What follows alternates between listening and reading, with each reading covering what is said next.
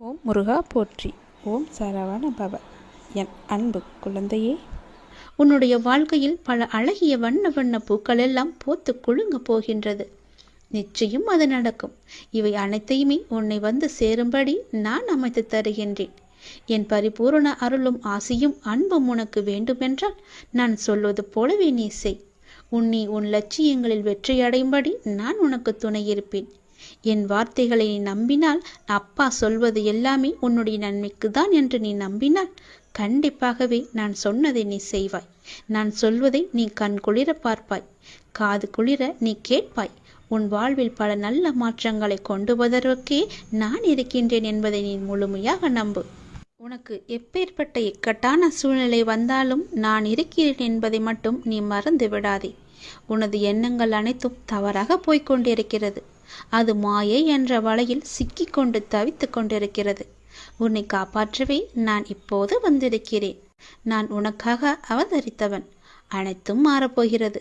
எதிலும் நிதானமாக மட்டும் யோசித்து நீ செயல்படு. எது செய்தாலும் என்னிடம் சொல்லிவிட்டு செயல்படு. உனக்கு நல்லதாக நான் அதை மாற்றி காமிக்கின்றேன். எந்த கர்மா உன்னை நெருங்காமல் நான் பார்த்து கொள்கிறேன்.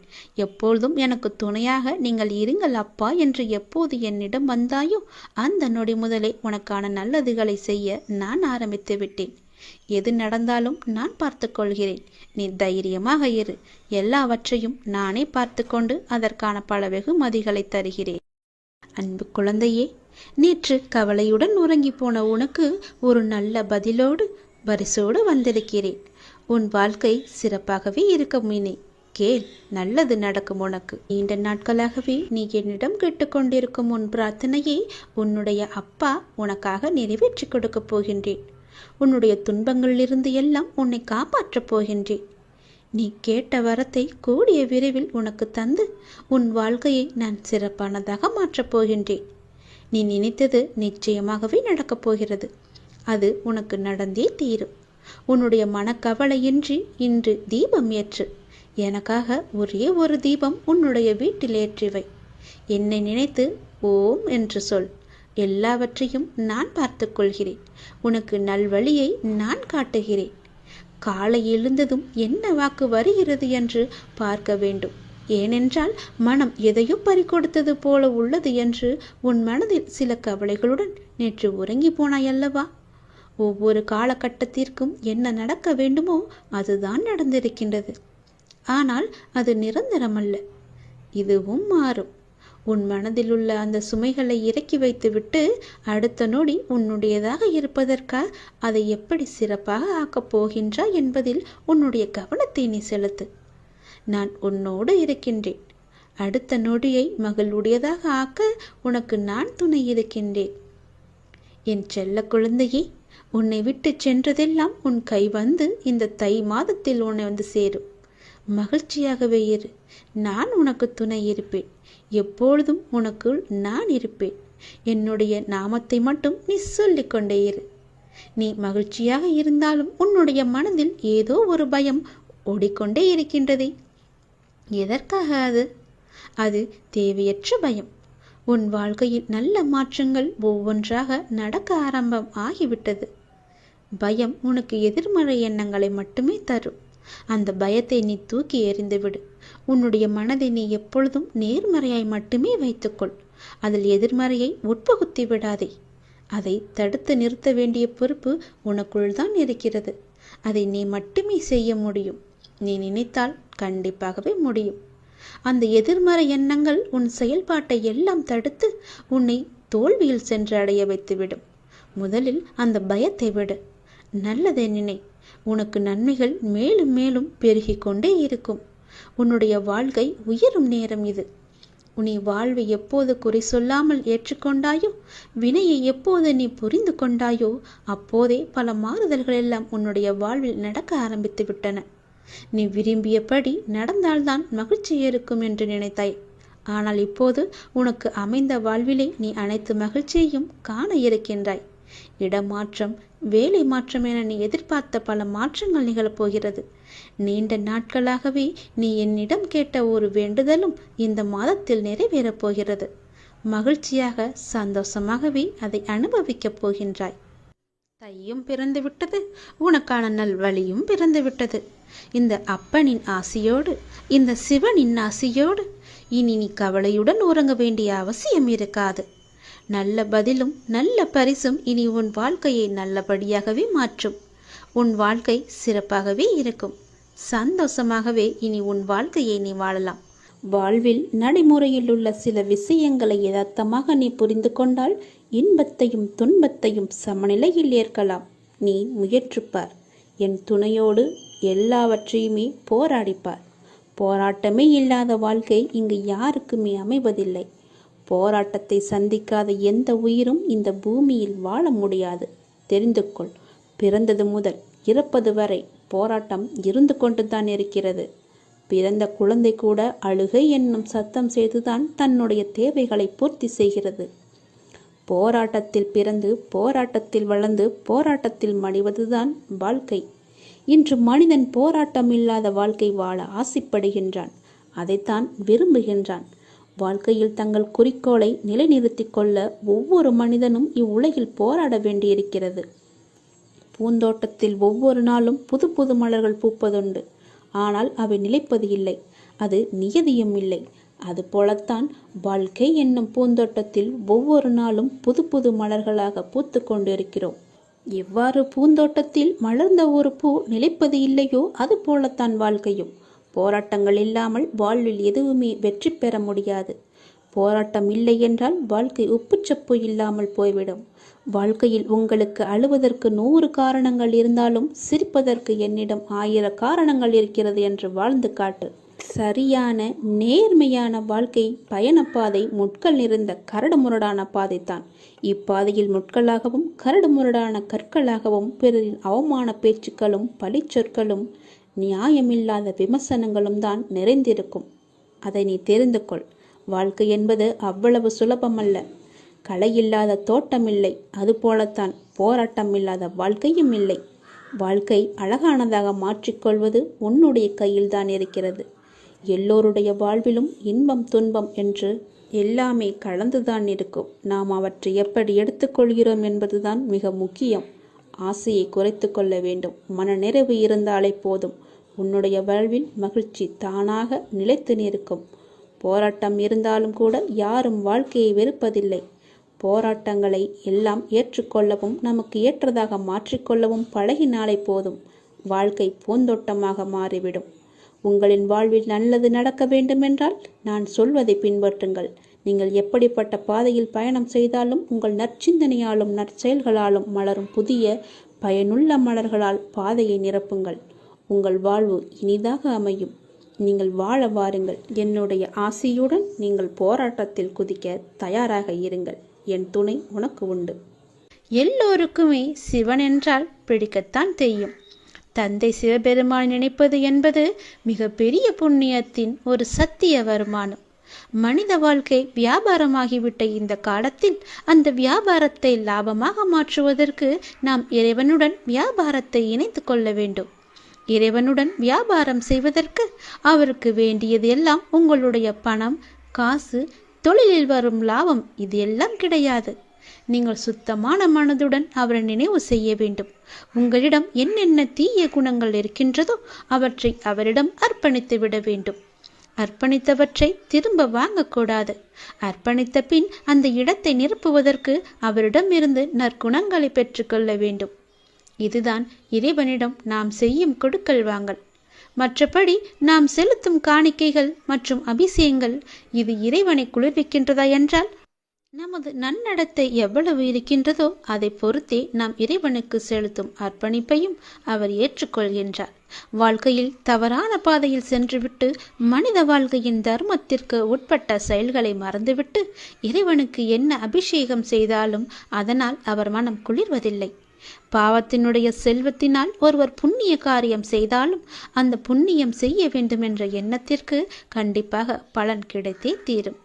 ஆனால் அதிலும் சதவீதம் என்பது இருக்கவே செய்யும். எனவே முழுமையான நல்ல மனிதனாக மாறி இறைவனுடன் நாம் கொடுக்கல் வாங்கல் செய்ய வேண்டும். கோவிலில் மூர்த்திக்கு முன்னால் அன்றன்றைய கணக்கை ஒப்படைக்கின்றார்கள். இவ்வளவு வரவு, இவ்வளவு செலவு, இவ்வளவு தங்கம் வந்தது, இவ்வளவு நாணயம் வந்தது, இவ்வளவு வெளிநாட்டு கரன்சி வந்தது, உள்நாட்டு பணம் இவ்வளவு என்று அனைத்தையும் ஒப்படைக்கின்றார்கள். இதை போல நாமும் இரவு உறங்குவதற்கு முன் நாம் நம்முடைய அன்றாட கணக்கை நமது எண்ணத்தில் என்ன வந்து பார்வையில் அவருக்கு முன்னால் வைக்க வேண்டும். பார்வையில் என்ன இருந்தது? தர்மத்தை மீறிய நடத்தை இருந்ததா? வார்த்தையில் கலப்படம் இருந்ததா? பிறரிடம் நான் செலுத்தும் அன்பு உள்நோக்கம் கொண்டதாக இருந்ததா? இதையெல்லாம் ஒப்படைக்க வேண்டும். பணம் மட்டுமே மனிதனுக்கு வாழ்க்கையில் முக்கியமான பொருள் அல்ல. நமக்கு கொடுக்கப்பட்ட காலம், நேரம், நம்முடைய வாழ்க்கையின் ஒவ்வொரு எண்ணம், பேச்சு, செயல் அனைத்துமே இறைவனால் கவனிக்கப்படுகின்றது. இதில் நான் உண்மையாக இருக்கின்றேன் என்பதற்காகவே இறைவனிடம் இரவு கணக்கு ஒப்படைக்கப்படுகின்றது. எனவே லாபம் என்பது பணம் சம்பாதிப்பது மட்டுமன்று, அந்த பணத்தை தர்மப்படியும் நேர்மையாகவும் சம்பாதித்து அதை புண்ணிய காரத்தில் ஈடுபடுத்துவது. இதுதான் ஒவ்வொரு ஜென்மத்திற்கும் உயர்ந்த குடும்பத்திலும் உயர்ந்த நற்குணங்கள் நிரம்பிய மனிதராகவும் அனைவருடைய ஆசிகளை பெற்றவராகவும் நாம் பிறவியாக வாழ்வதற்கு தொடரக்கூடிய கர்மா. நம்முடைய கர்மா அப்படி இருக்க வேண்டும். நாம் செய்யும் செயலுடன் கூடவே இறைவனின் நினைவில் ஒன்றி இருந்து காரியம் செய்ய பழகி கொள்ள வேண்டும். அந்த இறைவனின் நினைவில் இருந்து காரியம் செய்வது கூட ஒரு மிக பெரிய வருமானம். ஒன்று நமது பாவங்கள் அழியும், அடுத்ததாக நமக்கு புண்ணியம் சேரும், அதற்கு அடுத்ததாக நமக்கு என்ன இறைவன் சொல்ல விரும்புகின்றாரோ அதை செய்யும் ஆற்றல் நமக்குள் வந்து சேரும். இதுவே இறையுடன் ஒன்றிய நிலை எனப்படுகின்றது. ஒரு மனிதன் பிறப்பு முதல் இறப்பு வரை இந்த உடல் என்னும் கருவியின் மூலம் செய்யக்கூடிய கர்மத்தின் பலனாக அவனுடைய வாழ்க்கை என்பது உருவாக்கப்படுகின்றது. எனவே கர்மத்தை சிரேஷ்டமாக ஒருவர் விரும்பினால் அவர் இறை நினைவில் கர்மத்தை செய்ய பழகி கொள்ள வேண்டும். அப்பொழுது கர்மம் தர்மப்படி இருக்கும். தர்மத்தின்படி கர்மம் செய்பவரின் கூடவே அந்த பரம தயாளான பரமேஸ்வரனும் துணை இருப்பார். எதையெல்லாம் மனித வாழ்க்கையில் லாபம் என்றால், ஒன்று நாம் இறைவனுடன் இருப்பது, இன்னொன்று நாம் இறைவனுடன் இருந்து காரியம் செய்வது, மற்றொன்று நாம் செய்யும் காரியத்தை இறைவனுக்கு விருப்பமானதாக செய்வது. இப்படி இருப்பவர்தான் புண்ணியவான். இவரை பார்ப்பவர்தான் மனதார மகிழ்ச்சி அடைகின்றனர். இப்படிப்பட்ட ஒருவரை பார்ப்பவர் திருப்தி அடைகின்றார். திருப்தி அடையும் அவர் மனதார அவரை ஆசீர்வதிக்கின்றார். இப்படிப்பட்டவருடைய மரணம்தான் அனைவருக்கும் இப்படிப்பட்ட ஒருவரை இழந்துவிட்டோமே என்று தன்னையும் அறியாமல் கண்கலங்க வைக்கின்றது. எனவே கர்மத்தை நாம் சிரேஷ்டமாக செய்யும் போது வையத்துள் வாழ்வாங்கு வாழ்பவன் வானுரையும் தெய்வமான ஜோதியான தந்தை சிவபெருமான் மனதில் வைக்கப்படும். மனிதனாக போற்றப்படுவார். எனவே வாழும்போது நல்ல மனிதர்கள் 4 பேரை நாம் சம்பாதித்து கொள்ள வேண்டும். வாழும் வரை இறைவனுடைய நினைவில் ஒன்றி வாழ வேண்டும். எங்கே இறைவன் இருக்கின்றாரோ அங்கே மற்ற அனைத்தும் தன்னால் நடந்தேறும் என்பதை நாம் அறிந்து கொள்ள வேண்டும். அனைத்தும் ஈடேறும். நல்லது, வாழ்த்துக்கள் என்று எப்பொழுதும் நம் வாயில் சொல்லிக்கொண்டே இருக்க வேண்டும். அப்பன் சிவபெருமானின் அருளை முழுவதுமாகவே நாம் பெற வேண்டும். நான் உன் வீட்டிற்கு வந்துவிட்டேன். உனது எண்ணங்கள் அனைத்தும் தவறாக நடக்கின்றதே, என்ன செய்வது என்று நீ யோசிக்காதே. அனைத்தும் மாறப்போகின்றது. நீ எதிலும் நிதானமாக யோசித்து செயல்பட்டாயானால் நிச்சயம் அனைத்துமே மாறும். அவசரப்படாதே. நிச்சயம் உனக்கு வெற்றி மட்டுமே கிட்டும். உன் வாழ்க்கையில் நடக்கின்ற யாவுமே உன் கர்ம வினைகளின் படிதான் நடந்து கொண்டிருக்கின்றன. அப்படி இருக்கையில் நீ துயரங்களை எதிர்கொண்டுதானே ஆக வேண்டும். உன் கர்மாக்களை பற்றி நீ பயப்படாதே. அதற்குத்தான் நான் இருக்கின்றேனே. உன் கர்ம பந்தத்திலிருந்து விரிந்து விடுபட உன்னால் முடிந்த அளவு பிறருக்கு நன்மையை செய். உன்னிடம் உதவிக்கு வருபவர்களை நீ உதாசீனப்படுத்தாதே. உன்னால் எவ்வளவு முடியுமோ அவ்வளவு உதவி செய். முடியாவிட்டால் அவர்களை புண்படுத்தி அனுப்பாதே. உன்னால் முடிந்த உதவியை நீ அவர்களுக்கு செய். அந்த தர்மமே உன்னை இக்கட்டான சூழ்நிலையிலிருந்து உன்னை நிச்சயம் காக்கும். உன் கர்ம வினைகளிலிருந்தும் அது உன்னை காப்பாற்றும். வாழ்க்கையில் இன்பமும் துன்பமும் அவரவர் கையாளும் வகையில்தான் மாறுபடும். இன்பத்தை சந்தோஷமாக அனுபவிக்க வேண்டும். துன்பம் வந்தால் சோர்ந்து போகக்கூடாது. துன்பத்தையும் இன்பமாக ஏற்று நாம் வாழ பழகி கொண்டால் அந்த துன்பம் நம்மை கண்டு அஞ்சி ஓடிவிடும். மற்றவர்கள் எல்லாரும் நிம்மதியாக சந்தோஷத்துடன் வாழ்வதாகவும் நீ மட்டுமே துயரங்களை எதிர்கொள்வதாகவும் புலம்பிக் கொண்டிருக்கின்றாய். அது தவறு. எல்லோருக்கும் அவரவர் வாழ்க்கையில் எல்லா விதமான துன்பங்களும் இன்பங்களும் வந்து கொண்டுதான் இருக்கின்றன. எல்லாம் கலந்துதான் இருக்கும். அதுதான் வாழ்க்கையும். அந்த உண்மையை நீ புரிந்து கொள். அவரவர் வாழ்க்கையின் உள்ளே சென்று பார்த்தால்தான் என்னென்ன துயரங்களை அவர்கள் சுமந்து கொண்டு இருக்கிறார்கள் என்ற உண்மை உனக்கு புரிய வரும். எட்டி இருந்து பார்த்தால் எல்லாமே அழகாகத்தான் தெரியும். நிலாவும் அப்படித்தான். தூரம் இருந்து பார்க்கும் வரைதான் அது அழகான வட்ட வடிவம். உள்ளே சென்று அருகே சென்று பார்த்தால்தான் தெரியும் அதற்குள்ளே எத்தனை மேடு பள்ளங்கள். அதுபோலத்தான் ஒவ்வொரு வாழ்க்கையிலும் எல்லோருடைய வாழ்விலும் மேடு பள்ளங்கள் இருந்து கொண்டுதான் இருக்கும். வெளி உலகத்திற்கு அவர்கள் நன்றாக இருப்பது போல் தோன்றலாம். அதனால் யாரை பற்றியும் யாருடனும் உன்னுடன் ஒப்பிட்டு பார்க்காதே. உனக்கென்று விதிக்கப்பட்டதுதான் உன்னை வந்து சேரும். அவர்களுக்கென்று விதிக்கப்பட்டது அவர்களை வந்து சேரும். அது இன்பமானாலும் சரி, துன்பமானாலும் சரி, எல்லாவற்றையும் அனுபவிக்க வேண்டியது அவரவருடைய பொறுப்பு. அவரவருக்கு என்று எது விதிக்கப்பட்டதோ அது கண்டிப்பாக நடந்தே தேரும். அதனால் உன் மனதை போட்டு தேவையில்லாமல் நீ குழப்பிக்கொள்ளாதே. நிச்சயம் உனக்கு பல நன்மைகள் காத்திருக்கின்றன. யார் கைவிட்டாலும் என்னை நம்பி வந்த உன்னை நான் கைவிடவே மாட்டேன். பொறுமையையும் நம்பிக்கையையும் எந்த சூழ்நிலையிலும் நீ கைவிட்டு விடாதே. உன்னை விட்டு யார் விலகினாலும் நீ கவலைப்படாதே. எல்லாம் நன்மைக்கே என்று நீ எடுத்துக்கொள்ள பழகிக்கொள். அப்பொழுதுதான் எல்லாவற்றையும் சாதாரணமாக எடுத்துக்கொண்டு அடுத்தபடி எது என்று முன்னோக்கி உன்னால் செல்ல முடியும். நீங்கள் மென்மேலும் வளர்ச்சியடைந்து வாழ்வில் வெற்றி பெறப் போகின்றாய். அது கண்டிப்பாகவே நடக்கும். உனது வாழ்க்கை எல்லா செல்வ வளங்களையும் பெற்று மகிழ்ச்சியாகவே மாறப்போகிறது. உன்னுடைய வாழ்க்கையில் பல அழகிய வண்ண வண்ண பூக்கள் எல்லாம் பூத்து குலுங்க போகின்றது. நிச்சயம் அது நடக்கும். இவை அனைத்தையுமே உன்னை வந்து சேரும்படி நான் அமைத்து தருகின்றேன். என் பரிபூரண அருளும் ஆசியும் அன்பும் உனக்கு வேண்டுமென்றால் நான் சொல்வது போலவே நீ செய். உன்னை உன் லட்சியங்களில் வெற்றியடையும்படி நான் உனக்கு துணை இருப்பேன். என் வார்த்தைகளை நீ நம்பினால், அப்பா சொல்வது எல்லாமே உன்னுடைய நன்மைக்கு தான் என்று நீ நம்பினால், கண்டிப்பாகவே நான் சொன்னதை நீ செய்வாய்.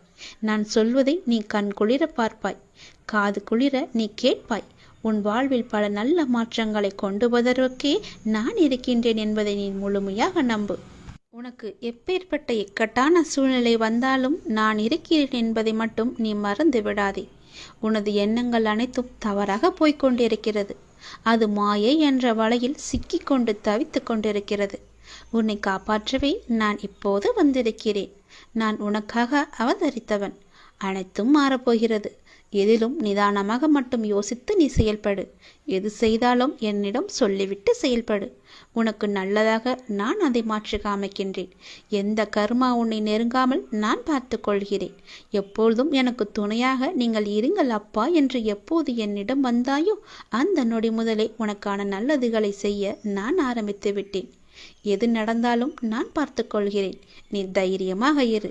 எல்லாவற்றையும் நானே பார்த்து கொண்டு அதற்கான பல வெகுமதிகளை தருகிறேன். அதற்கான காலகட்டத்தில் உன்னை வந்து சேரும்.